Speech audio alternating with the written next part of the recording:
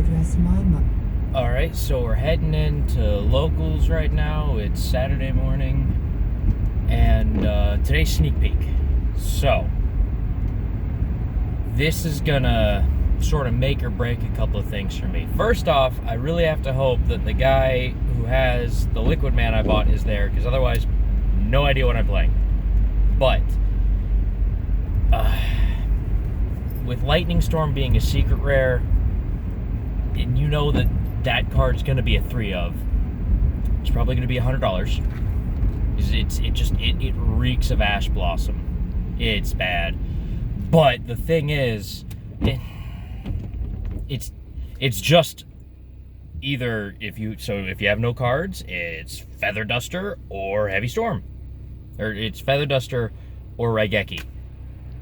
And even though people don't play Raigeki right now, that's probably because it's A at 1, and, B only destroys the monsters.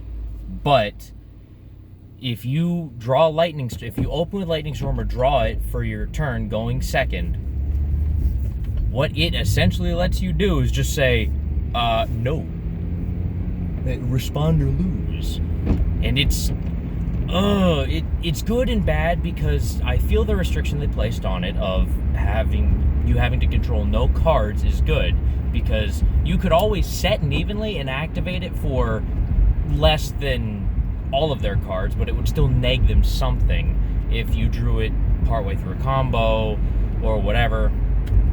But then here's the other thing that I need to bring up in conjunction with that, is that you can go evenly Lightning Storm if they've got a negate, or you can go Lightning Storm evenly. You can hit them with both, and that's dirty.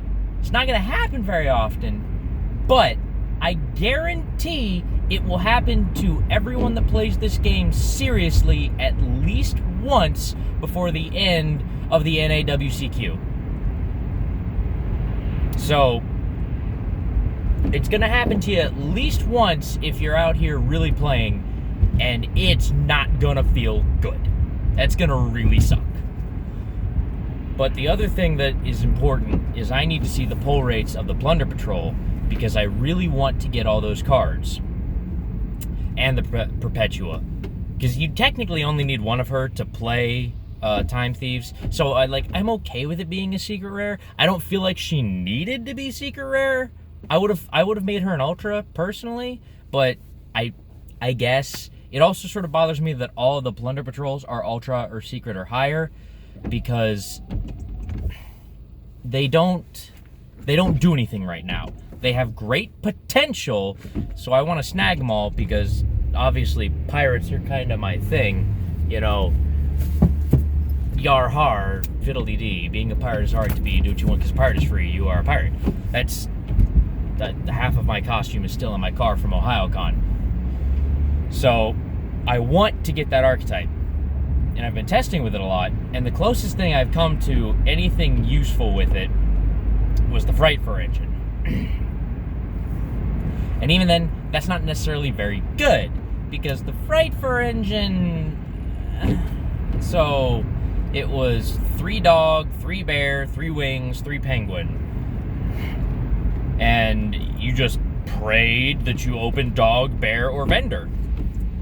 And if you didn't, you went, cool, I lose. Because without them, you couldn't really get going. The best thing you could do if you didn't see your vendor and you had because 2 of the Fluffles of the 12, 2 of the 4 named Fluffles that you're playing in that engine will get you to Toy Vendor. So if you open Wings,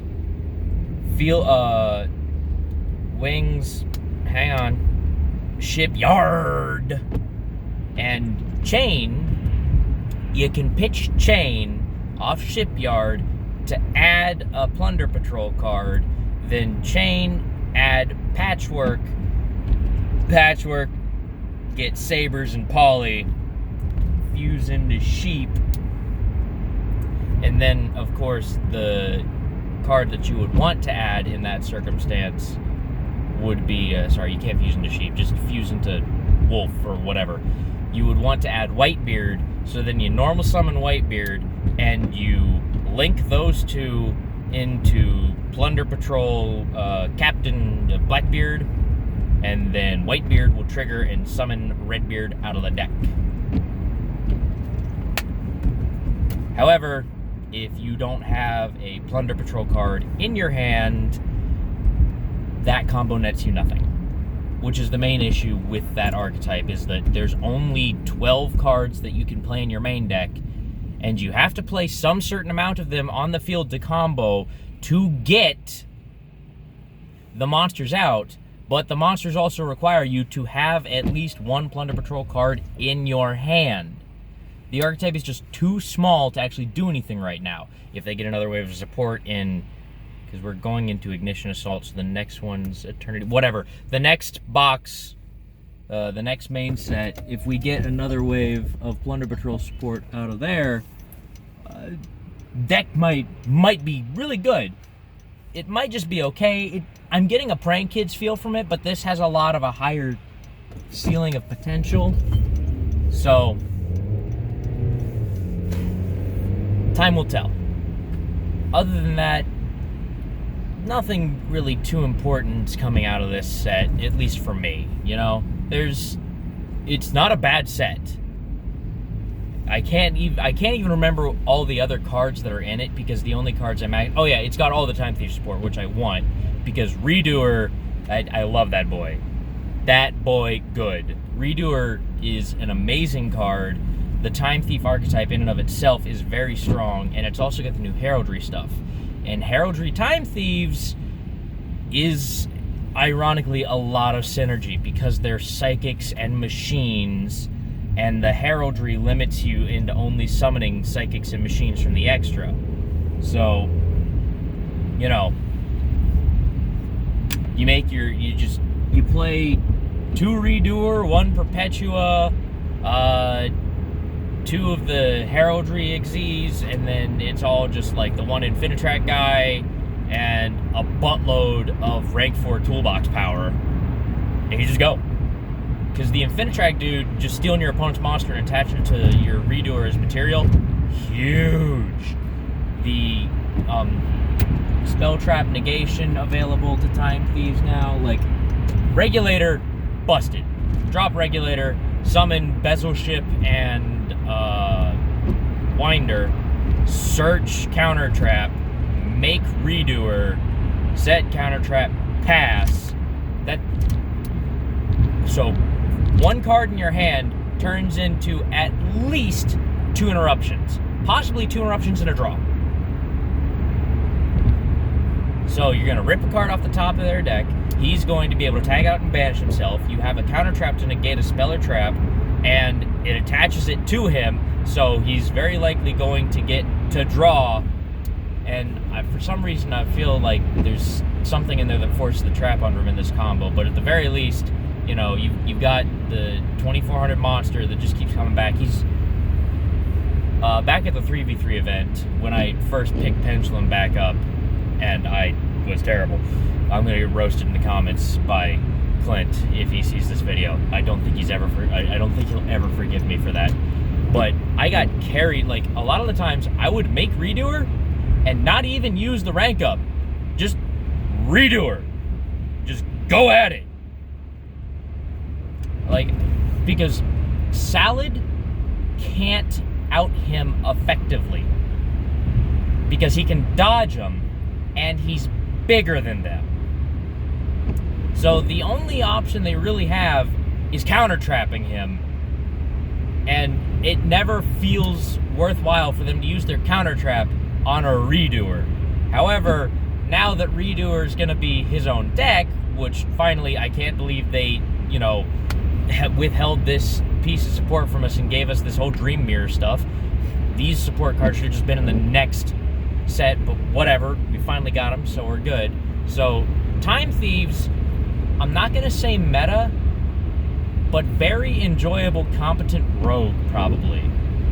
So, like, this format is going to be all control and rogue, and I'm honestly okay with that for the moment. I'm going to have a lot of fun playing Heroes because the largest stumbling block to Heroes was Colossus. So just whipping Heroes out and punching people real hard, it's going to be fun for a while, but it'll get boring eventually.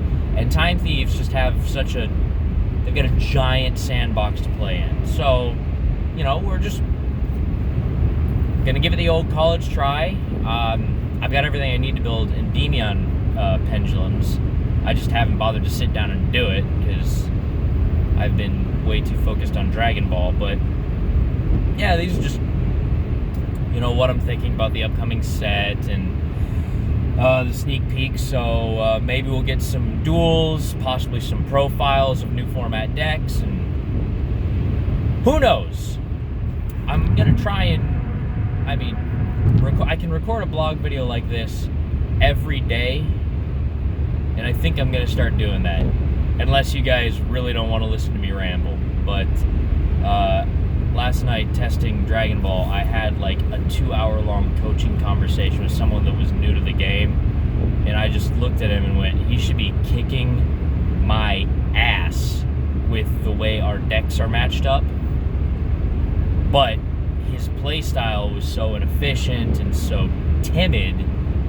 In a mostly aggro-based deck, I destroyed him, and so I, sat down and told him all sorts of things. I might make a video series just talking about the logistics and mechanics of deck building and play style, because even though there's definitely better people out there than me, I'm at the very least a competent player in both games, and there's a lot of strategy to overall card games that a lot of people don't know about that can help them, especially new players. Anyway, that's all for this video. I'll see some of you at Locals. Unlock the Shock.